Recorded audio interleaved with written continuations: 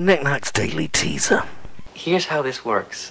We ask the questions, and you answer the questions that we ask. The 27th of July saw the birth of games designer, Gygax. In which year of the 1930s? Gygax was the co-creator of Dungeons & Dragons. Who did he co-create the game with? Greg Stafford, Dave Arneson or Ken San Andre?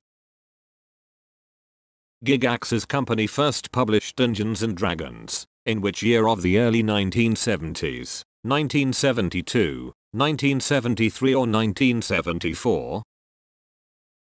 The original Dungeons & Dragons was a version of an earlier Gygax game, called Chainmail. Chainmail was a what? Board game, war game or video game? Dungeons & Dragons, itself, kick-started the popularity of what? Collectible card games, tabletop role-playing games or board games?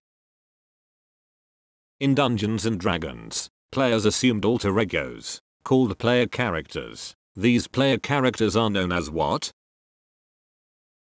The referee who ran and organized a game of Dungeons & Dragons was referred to as a what? Games master, playmaster or dungeon master?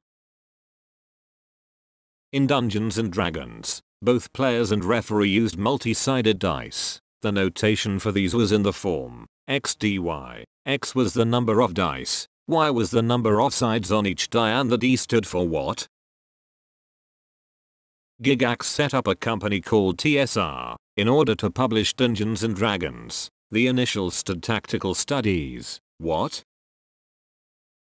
Finally, Gygax himself died in 2008. Dungeons & Dragons lives on. What's its current edition? 4th, 5th or 6th?